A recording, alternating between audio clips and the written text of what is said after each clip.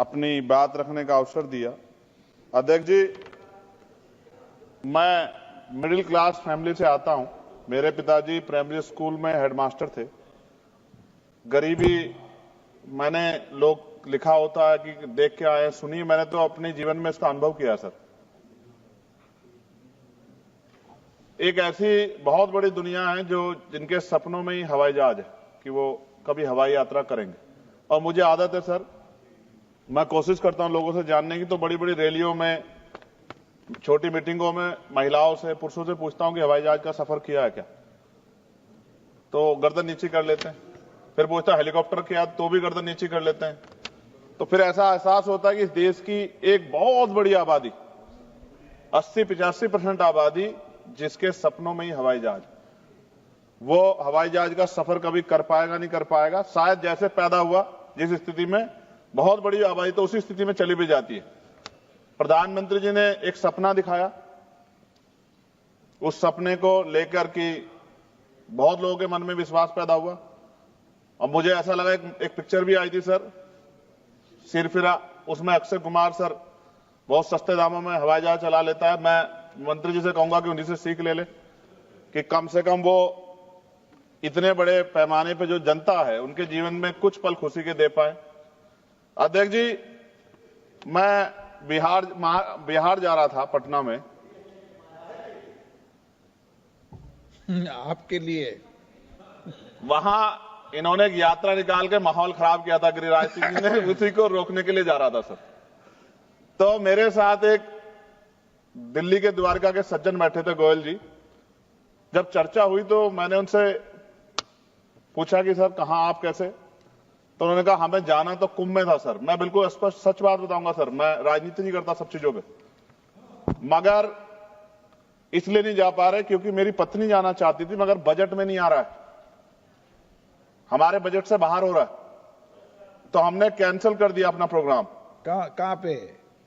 कुंभ जाने का। तो ट्रेन से चल जाते, हम भी तो ट्रेन से गए सर। ट्रेन में तो 7-7 घंटे का वो था, वेटिंग थी सर। आप तो यंग आदमी है, वो बुजुर्ग लोग कहां, रिटायर आदमी है सर, वो कहां से बेचारा करता। सर ये आप ही की सरकार में बताइए ना कि ट्रेन से जाना पड़ रहा है। आपको अपने ऊपर सोचना चाहिए भाई कि आप एमपी हैं और आपके परिवार के लोग बेचारे ट्रेन से जा रहे। कौन सी वो वीआईपी कल्चर कहां गया सर? वो सब परेशान थे, तो मैंने आके यहां आवाज उठाई, मंत्री जी को पकड़ा। मंत्री जी खड़े बैठे यहां कि भैया आप तो यंग आदमी हो, तो रोको इसको, इससे गलत हो रहा है। और मैं धन्यवाद दूंगा कि इन्होंने तत्काल अगले ही दिन मैंने खबर पढ़ी कि हवाई किराए में जो कुंभ जा रहे थे प्रयागराज, उसमें 30-40% की कटौती की गई। यानी कि जो 50-60 हजार रुपए हो रहा था उसको कम करके 25-30 हजार रुपए तक किया गया। ये तब हुआ, ये गवाह बैठे हैं मंत्री जी इस बात के। ये क्या कह रहे हैं, ये गंभीर बात पूछ लो सर, आप पूछ लो, कम करा सकते हो, पूछ लो आप ये पूछो, मैंने इनसे कहा नहीं कहा। और ये अगर ये इनके हाथ में दे तो फिर कैसे हुआ सर, ये भी मंत्री जी बता सकते हैं। तो सर मेन क्या है, बहुत, क्योंकि सरकारी नौकरियां तो सर 2% है, 98% प्राइवेट सेक्टर है। तो जो प्राइवेट जॉब करता है, जैसे एक्स कोई बेंगलुरु में निखिल और सुरभि वहां जॉब करते हैं और अपने घर आना चाहते हैं सर, एयरपोर्ट पे आ जाओ। आ रहा हूं सर, आ रहा हूं सर, करवा दो मंत्री जी से कह के, तो बहुत आसान हो जाए सर। तो सर वो अगर आना चाहते हैं और उन्होंने अपने, क्योंकि जितनी सैलरी है, सैलरी रोज नहीं बढ़ रही है सर उनकी, तो उन्होंने बजट बनाया हुआ है। इस आने और जाने में अक्सर उनको बड़ी परेशानी का सामना करना पड़ता है। ये वो लोग हैं जो जिनकी संख्या बहुत ज्यादा है सर। फ्लाइट अगर लेट हो जाए तो कई घंटे आपको एयरपोर्ट पे इंतजार करना पड़ेगा। कई बार 2-2 फ्लाइट ले जाती, बैठने की व्यवस्था भी नहीं रहती। लेकिन अगर आप लेट हो जाओ 5 मिनट तो फिर दूसरी फ्लाइट ढूंढो। उस समय में सर चाहे 3 घंटे हो, 4 घंटे हो, पानी का रेट सर 120, 200, 250 रुपए, जैसा आदमी वैसा पानी सर, जिसकी जितनी हैसियत है। अगर आपके बच्चे या परिवार है तो और परेशानी है सर, कोई पूछने वाला नहीं है सर। ये जो मैंने कल भी एक जवाब में जिस पे आपने कहा था, मंत्री जी को बोल दो, मंत्री जी एक वाटर कूलर भी एयरपोर्ट पे लगा दो, जरूरी थोड़ी बोतल का पानी पिए आदमी। ये अच्छी बात है सर, बहुत अच्छा सुझाव दिया आपने। पानी तो वैसे फ्री में मिलता है सर, हर एयरपोर्ट कहाँ पे। सर? ज्यादा कौन लोगों से को एयरपोर्ट पे सर? पता नहीं होता। बॉटल्ड वाटर नहीं, पीने का पानी तो मिलता है हर जगह पे, हर पीने का एयरपोर्ट पानी पे। क्या क्या बात बताई सर आपने? कौन, उसका नाम बता दो एयरपोर्ट का सर मुझे।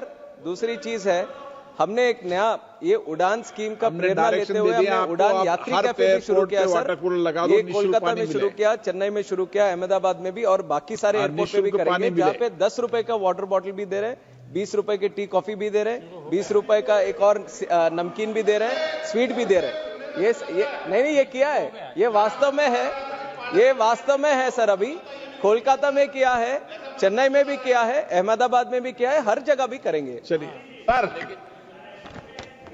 सर ने कुछ कहा, मंत्री जी इस पर फोकस करो। हर एयरपोर्ट पर पीने का पानी की व्यवस्था कर दो निःशुल्क। सर ये बड़ा अच्छा आदेश सर आपने चेयर ने कर दिया सर, ये बहुत महत्वपूर्ण है। मंत्री जी इस पर काम करें, बहुत लोगों का भला होगा। सर एक चीज बहुत मेरे दिमाग में बहुत मुझे जो पीड़ा दे रही थी सर, अब पीड़ा मत दो आप सर खत्म कर दो, 2 मिनट में खत्म कर दूंगा सर। आप चेयर पे बैठे हैं तो और ज्यादा अच्छा है सर। जैसे हमने बोलना है, इसमें लिखा गया दिया गया था कि अगर समय से पहले कराते हैं तो टिकट सस्ते होते हैं, और समय के साथ करा देते हैं तो टिकट महंगे होते हैं। ये अच्छी बात है सर। कुछ ही घंटों में ना तो सीट की संख्या बढ़ती, ना स्टाफ पे कोई प्रेशर आता, ना ही कोई ज्यादा माल आता, लेकिन रेट बहुत बढ़ जाते हैं। सर सवाल मेरा ये है मंत्री जी से, अगर जिन लोगों ने कुछ लंबे समय पहले टिकट खरीदा सस्ता, तो उनको बीमा में कुछ कम पैसा मिलता है क्या? या जिन्होंने महंगा टिकट खरीदा उनको अगर कोई दुर्घटना हो जाए सर, कुदरत ना करे हो, तो क्या ज्यादा पैसा मिलेगा क्या? ये जो पैसा तो बढ़ता है, लेकिन क्या इससे उसकी वैल्यू भी बढ़ती है क्या sir? Lower cap upper cap sir